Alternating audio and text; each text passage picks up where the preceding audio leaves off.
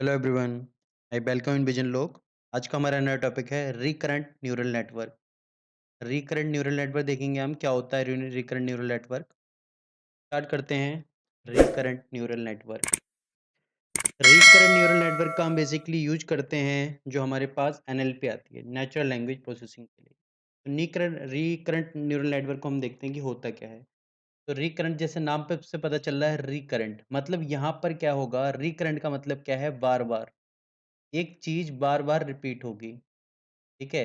जैसे frequency work करती है, फ्रीक्वेंसी के बारे में बात करते हैं, जैसे फ्रीक्वेंसी करती है कि बार-बार वही चीज़ रिपीट होती है। तो रिपीटेड स्टेटमेंट मतलब डायरेक्टली रिपीटेड नहीं बोल सकते, आवर्तिक बोलते हैं इस चीज़ को कि रिकरेंट। यहाँ पर रिकरेंट की वजह से क्या होगा, यहाँ पर जो हमारा आउटपुट आना है उसके अकॉर्डिंग आएगा। ठीक है? तो यहाँ पर जो बात कर रहे हैं कि जैसे हमने देखा कि हमारे पास कोई टेस्ट डेटा आया, वो हमारे पास कोई स्पीच आई, स्पीच को हम रिकॉग्नाइज़ करेंगे।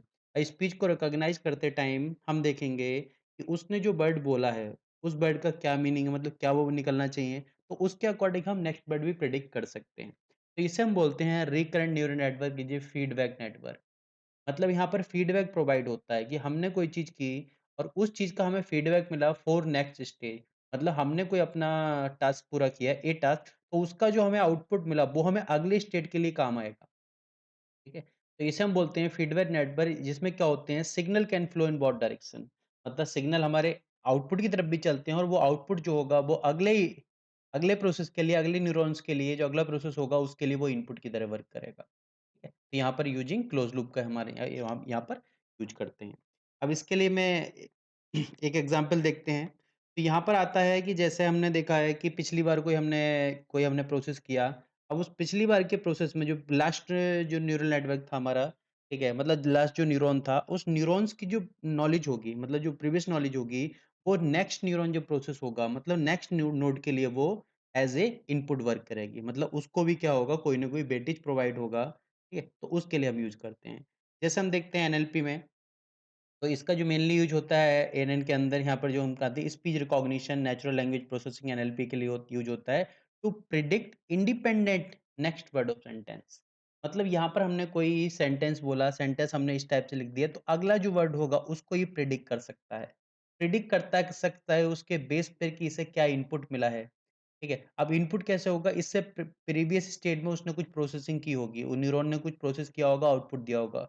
वो आउटपुट क्या है, धीरे-धीरे इकट्ठा होते रहते हैं, ठीक है? In form of memory. अब मेमोरी की फॉर्म में वो इकट्ठा होते रहते हैं और उन्हीं का यूटिलाइज़ेशन करते हैं नेक्स्ट स्टेप के लिए। मतलब अगली बार जब प्रोसेस करेंगे, तो वो हमारा जो होगा एज़ ए इनपुट वर्क करेगा फॉर नेक्स्ट प्रोसेस। तो इसका जो यूज़ करते हैं सीक्वेंशियल डेटा में, इसका कुछ ज़्यादा यूज़ होता है जो सीक्वेंस की फॉर्म में बात करते हैं।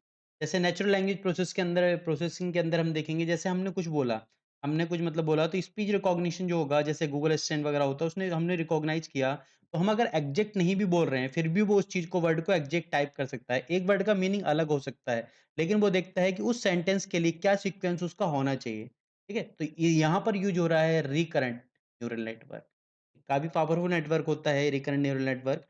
तो इसमें हम क्या करते हैं, एज़ ए फीडबैक भी यूज़ करते हैं और वही इनपुट क्या होगा, तो इसमें जो उस चीज़ को कर रही है मशीन, उस चीज़ को प्रेडिक्ट कर रही है कि हमने क्या बोला है और उसी के अकॉर्डिंग क्या है, अगले प्रोसेस में वो को टाइप कर देगी। इसी टाइप से हम वीडियो में देखते हैं, हमने कोई वीडियो प्ले कराया तो उसमें हमने यूज़ किया कि वीडियो में क्या चल रहा है। ठीक है? वीडियो में रनिंग हो रही है, वीडियो में कोई मतलब कोई नेचुरल एनवायरनमेंट वगैरह है, कोई रिवर फ्लो कर रही है, तो इस टाइप से वो उस चीज़ को रिकॉग्नाइज़ कर लेता है कि क्या हमारा हो रहा है। ठीक है? तो इसमें हम बात करते हैं कि जैसे हमने देखा कि गूगल लेंस वगैरह का हम यूज़ करते हैं या फिर हम कोई बारकोड वगैरह स्कैन करते हैं।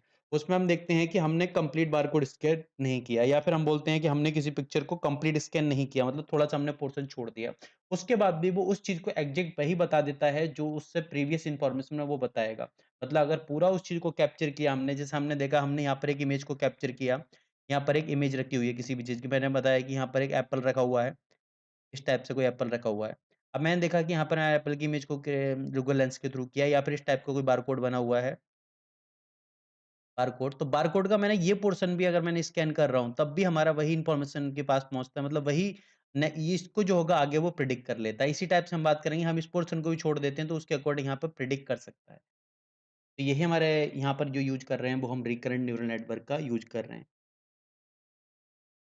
या फिर जैसे हम टाइपिंग के टाइम पे देखते हैं, हम कुछ भी चीज़ को टाइप करने गए, हम ए, बी, सी, डी इस टाइप से टाइप करने स्टे तो हमें देखते हैं कोई भी हम सेंटेंस टाइप कर रहे हैं, तो उसका नेक्स्ट वर्ड क्या होना चाहिए, वो अपने आप एक मतलब थोड़ा-सा मतलब ज़्यादा डार्क लेटर में नहीं होता है, थोड़े से लाइट लेटर में यहाँ पे शो होने लगता है कि ये वर्ड होना चाहिए। अगर उसको हम क्लिक कर देते हैं तो हमें क्या है, सेव उसको डायरेक्टली हम यूज़ कर सकते हैं, हमें वो दोबारा टाइप नहीं करना पड़ता। अब जो हम फीड फॉरवर्ड नेटवर्क यूज़ करते थे, अब फीड फॉरवर्ड में क्या प्रॉब्लम थी, फीड फॉरवर्ड जो नेटवर्क जो था वो सीक्वेंशियल डेटा को हैंडल नहीं करता था, ठीक है? वहाँ पर जो था वहाँ पर जो था, जो आउटपुट था और जो इनपुट था, दोनों इंडिपेंडेंट थे, ठीक है? मतलब आउटपुट का कोई मतलब नहीं था, आउटपुट जैसे हम देखेंगे फीड फॉरवर्ड, ये हमारा फीड फॉरवर्ड है।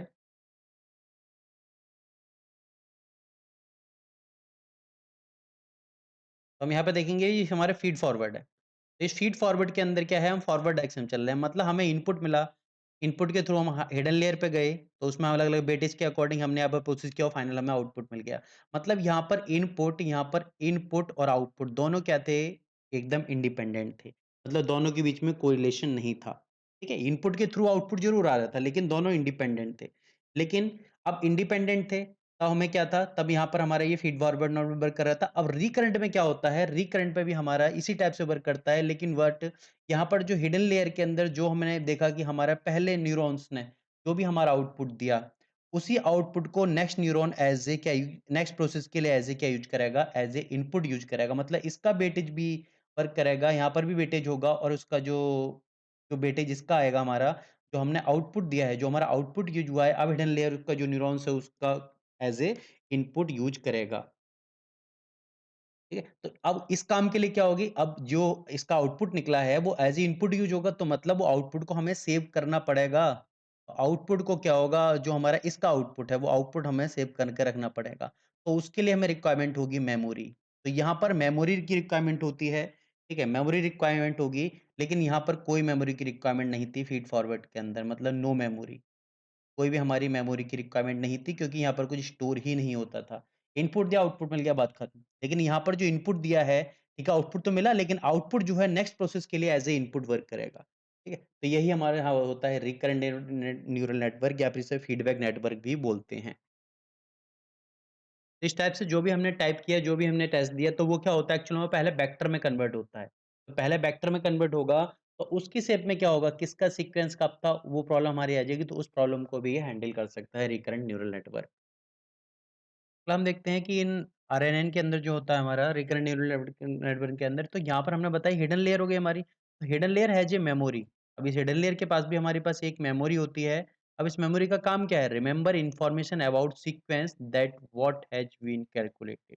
जो इन्फॉर्मेशन हमारी कैलकुलेट हुई है उसको रिमेंबर करना, मतलब यहाँ पर जो हमें आउटपुट निकला था हिडन लेयर से, तो उसके आउटपुट को कैलकुलेट करके रखना। तो ये भी कैलकुलेट करके रखेगा, ये भी कैलकुलेट करके रखेगा। जो भी इनका आउटपुट होगा उसको कैलकुलेट करके रखेंगे, और कैलकुलेट रखने के बाद में जब हमारा नेक्स्ट प्रोसेस होगा, मतलब नेक्स्ट न्यूरॉन के लिए क्या होंगे, नेक्स्ट प्रोसेस के लिए होंगे, वो एज़ ए इनपुट वर्क करेंगे। ठीक है? तो अब हम देखते हैं कैसे वर्क करता है।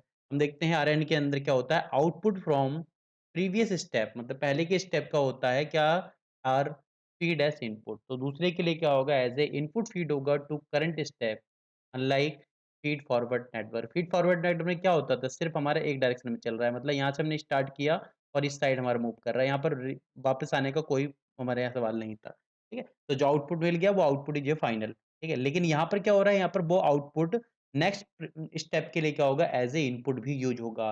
तो फीड फॉरवर्ड स्टेटमेंट में क्या था हमारा, in which input and output are independent to each other. ठीक है? तो इनपुट आउटपुट दोनों क्या थे, इंडिपेंडेंट थे। लेकिन यहाँ पर हमारा क्या होगा, यहाँ पर इनपुट और आउटपुट इंडिपेंडेंट नहीं होंगे। तो इनपुट और आउटपुट दोनों क्या होंगे हमारे, डिपेंडेंट होंगे।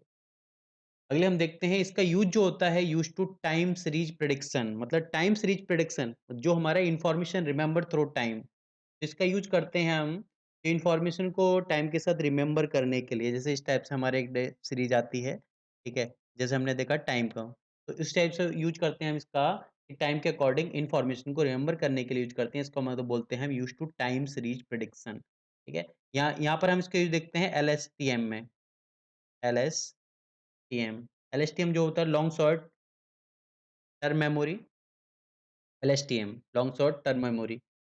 अगली चीज़ होती है, इसका यूज़ होता है extend pixel neighbourhood.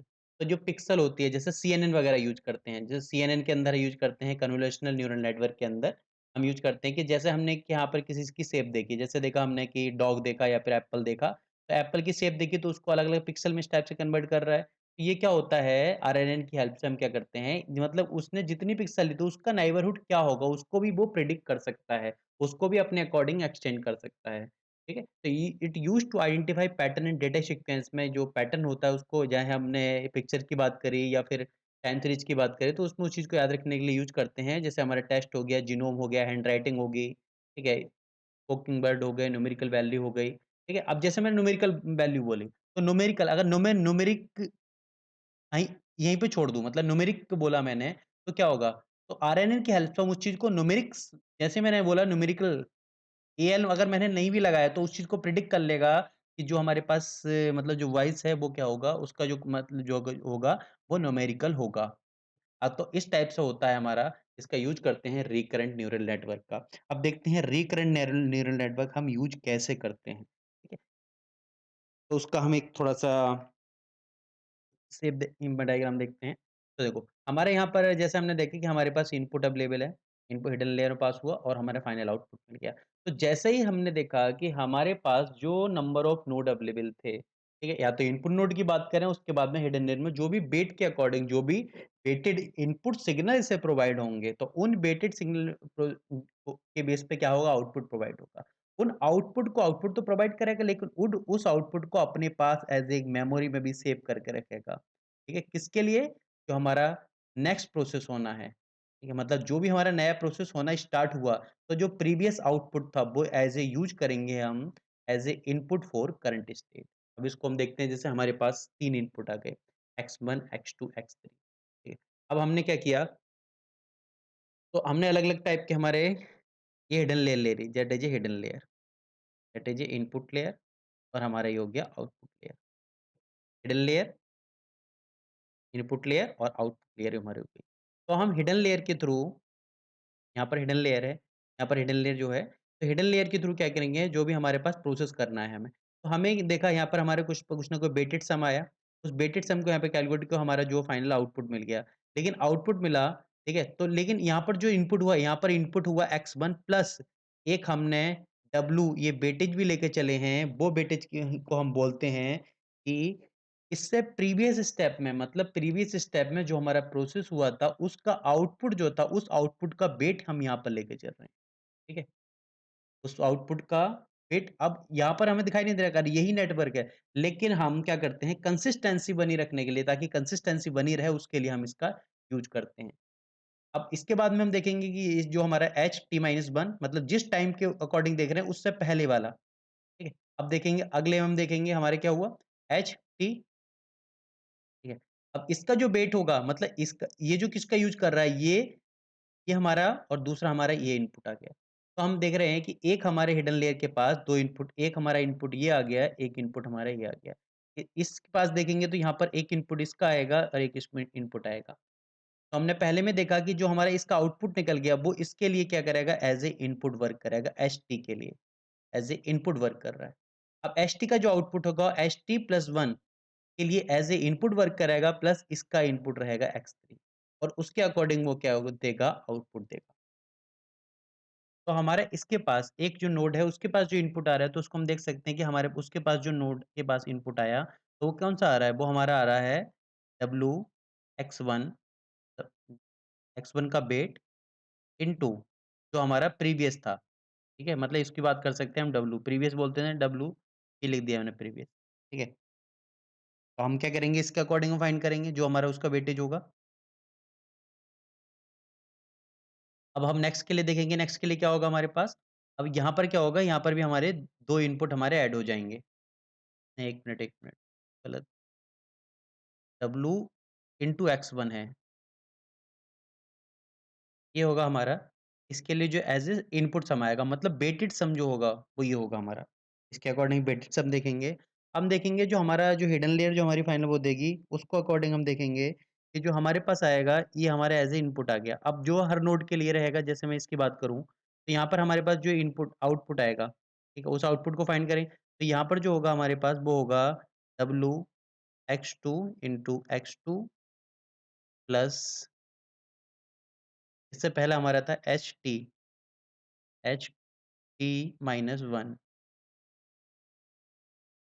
Into W H T minus one. ठीक है? इसके थ्रू हम निकाल, तो जो हमारा फाइनल क्या होगा, जो भी हम यूज करेंगे एज ए आउटपुट, तो वो हमारा क्या होगा, एज ए उस पे हम क्या करेंगे, अब एक्टिवेशन फंक्शन का यूज करेंगे और फाइनल हमारा आउटपुट वाई आ जाएगा आफ्टर यूज एक्टिवेशन फंक्शन। जैसे हमने यहाँ पर एक्टिवेशन 10h वगैरह यूज कर लिया, तो हमारा ये जो होगा फाइनल हमारा इस टाइप से हमें क्या है, आउटपुट मिल जाएगा। इस टाइप से हम यूज करते हैं एक रिकरेंट न्यूरल नेटवर्क में। रिकरेंट न्यूरल न्यूरल नेटवर्क में हम इस कैलकुलेशन को हम आगे देखेंगे बाद में डिटेल में इस कैलकुलेशन को। तो ये था हमारे पास रिकरेंट न्यूरल नेटवर्क। अब देखते हैं रिकरेंट न्यूरल नेटवर्क कितने टाइप का होता है। तो रिकरेंट न्यूरल नेटवर्क 4 टाइप का हम रिकरेंट न्यूरल नेटवर्क देखते हैं। पहला होता है 1 to 1 आरएन, मतलब कि एक इनपुट है और एक ही हमारा आउटपुट निकल रहा है। अगली चीज़ 1 to मैनी आरएन, मतलब एक इनपुट है हमारा लेकिन मल्टीपल आउटपुट हमारे निकल रहे हैं। अब हम मैनी टू वन, मतलब मैनी इनपुट हैं हमारे, नंबर ऑफ इनपुट हो सकते हैं लेकिन आउटपुट हमारा केवल एक आ रहा है। एक हमारा होता है मैनी टू मैनी आरएन, मतलब मैनी आउट इनपुट हैं और मैनी ही हमारे आउटपुट हमारे निकल रहे हैं। ये टाइप से हम देखते हैं, 4 टाइप के होते हैं हमारे neural network, recurrent neural network. ये था हमारे पास न्यूरल नेटवर्क। हम डिटेल में नेक्स्ट लेक्चर में देखेंगे। Thank you everyone.